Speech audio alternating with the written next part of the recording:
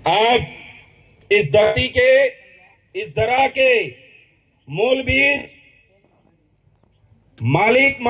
मालिकानाएं, जो हक रखने वाले, जो लोग इस कुदरत से सर्वप्रथम अपना संपर्क रखने वाले, सभी इस हवा पानी के मूल डीएनए से उत्पन्न होने वाले आदिवासी समुदाय को मेरी तरफ से विश्व आदिवासी दिवस की हार्दिक शुभकामनाएं, बधाई, जोहार अर्पित करता हूं मेरे भाई और बहनों।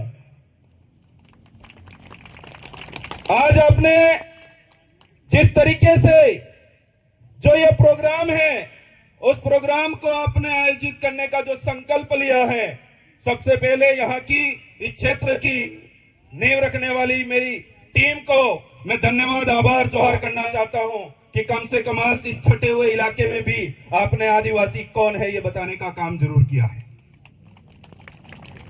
साथियों, मैं कुछ चीजें तार्किक तौर पर जरूर बताना चाहूंगा। यह विश्व आदिवासी दिवस बहुत सारे लोग कहते हैं कि सिर्फ भारत में ही मनाया जाता है। इसके अलावा भी भारत देश के अंदर बहुत सारे त्योहार मनाए जाते हैं। इसकी परिभाषा उसके नाम से ही आप पहचान सकते हैं कि विश्व लगा हुआ है आगे। सबसे पहले जब एक बहुत बड़ी यूएनओ के अंदर मीटिंग हुई थी, जिसकी ध्वजा, जिसका नेजा और जिसका झंडा ये लगा हुआ है, इसके ऊपर पूरा वर्ल्ड दिखाया गया है और वहां कई सारे देश और संख्या बल के आधार पर अगर बताया जाए तो कई सारे 100 से ऊपर देश एक साथ में बैठे हुए थे।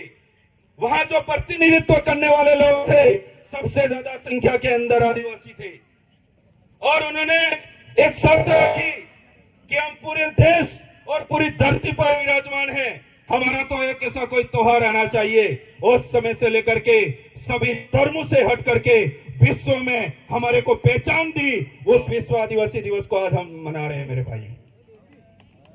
मेरे पीछे जो मंच पर विराजमान है, जिन पुरखों ने हमारे अपने जीवन के अंदर जब से शुरू किया, तब से इस समाज के लिए ही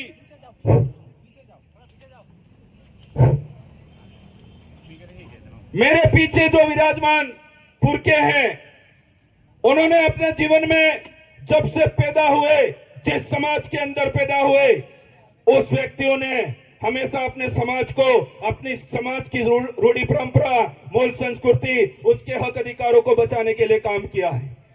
इनमें से सभी के बारे में तो नहीं बता पाऊंगा, पर हमारे जो धरती आबा आज भगवान बिरसा मुंडा के नाम से जाने जाते हैं, उनके बारे में मैं जरूर बताना चाहूंगा। वो व्यक्ति जो अपने जीवन में जिस समुदाय में पैदा हुआ, उस समय से जब उनको समझ आई, तब से लेकर के अपने समाज को जनजागरण, अपने हक अधिकारों को बताने का काम किया करता था।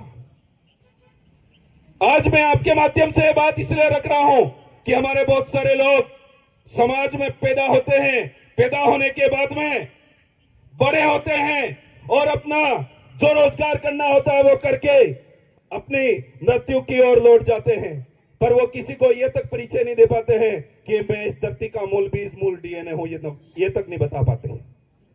क्या कारण है मेरे भाइयों?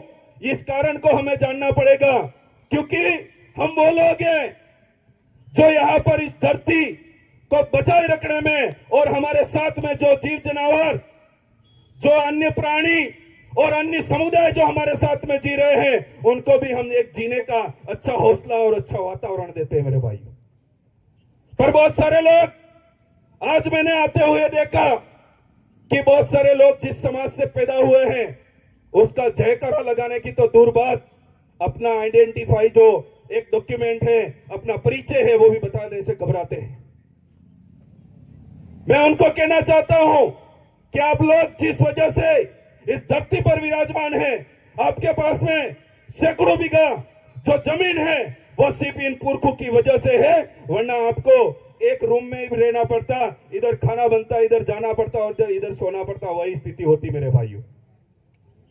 अगर आज इन चीजों में अगर बदलाव नहीं करेंगे तो आने वाले समय में हालत हमारी यही होने वाली है।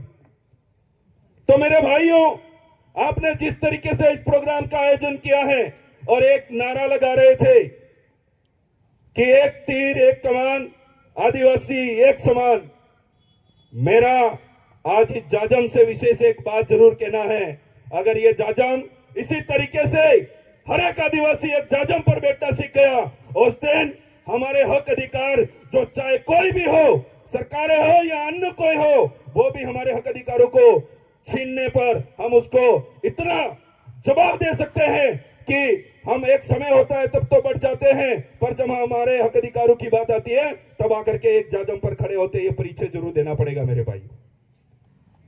आगे बहुत सारे कार्यक्रम हैं, पर एक बात जरूर कहना चाहूंगा, जो भाईचारा आपके बीच में, जो भाईचारा आपके मध्य स्थापित हो रहा है, उस भाईचारे को जरूर बनाए रखना मेरे भाइयों, क्योंकि आने वाले समय में सबसे ज्यादा मानव जन समूह जो बचने वाला है वो सिर्फ आदिवासी ही है। क्योंकि वो बात मैं क्यों कहना चाहूंगा, कुछ समय पहले एक बहुत बड़ी महामारी आई थी। आदिवासियों को हमेशा अपने जमीन जंगल से प्यार क्यों होता है?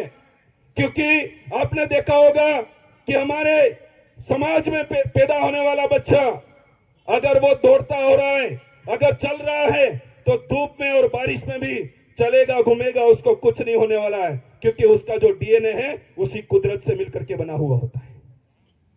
बहुत सारे ऐसे बच्चे होते हैं जो सिटी में रहते हैं और कभी कभार गर्मियों में अपने गांव की ओर आते हैं, वो पता नहीं कितनी सारी बीमारी को ग्रसित हो जाते हैं। क्यों होता है ये आपको समझना पड़ेगा मेरे भाई।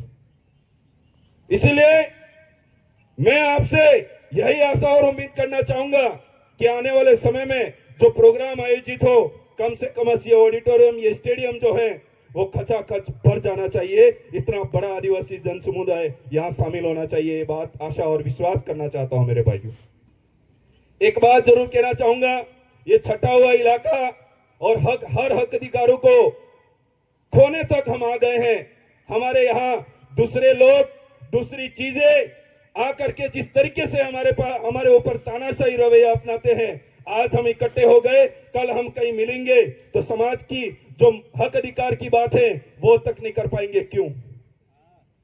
क्योंकि एक ही दिन हमें आदिवासी नहीं बनना है। ये जो दूसरे दिन है, इन दिनों में भी हमें हमारे अगर पीछे कोई खड़ा है तो उसको हाथ पकड़ करके आगे लाने का काम करना पड़ेगा, और हमारे से आगे अगर कोई खड़ा है उसका हाथ पकड़ करके आगे जाने की कोशिश करनी पड़ेगी, तब जाकर के हमारा समाज आगे आएगा मेरे भाइयों। इस क्षेत्र के लिए एक बात जरूर कह करके अपनी वाणी को विराम देना चाहूंगा। खो गई है पीर पर्वत से निकलनी चाहिए, एक गंगा इस हिमालय से निकलनी चाहिए। खो गया है आदिवासी समुदाय का अस्तित्व और हक अधिकार। इस क्रांति से नए विचार निकलने चाहिए। धन्यवाद, आभार। आप सभी ने मेरी बात को सुना। धन्यवाद। जोहार। जय आदिवासी, जय भारत, जय भील प्रदेश।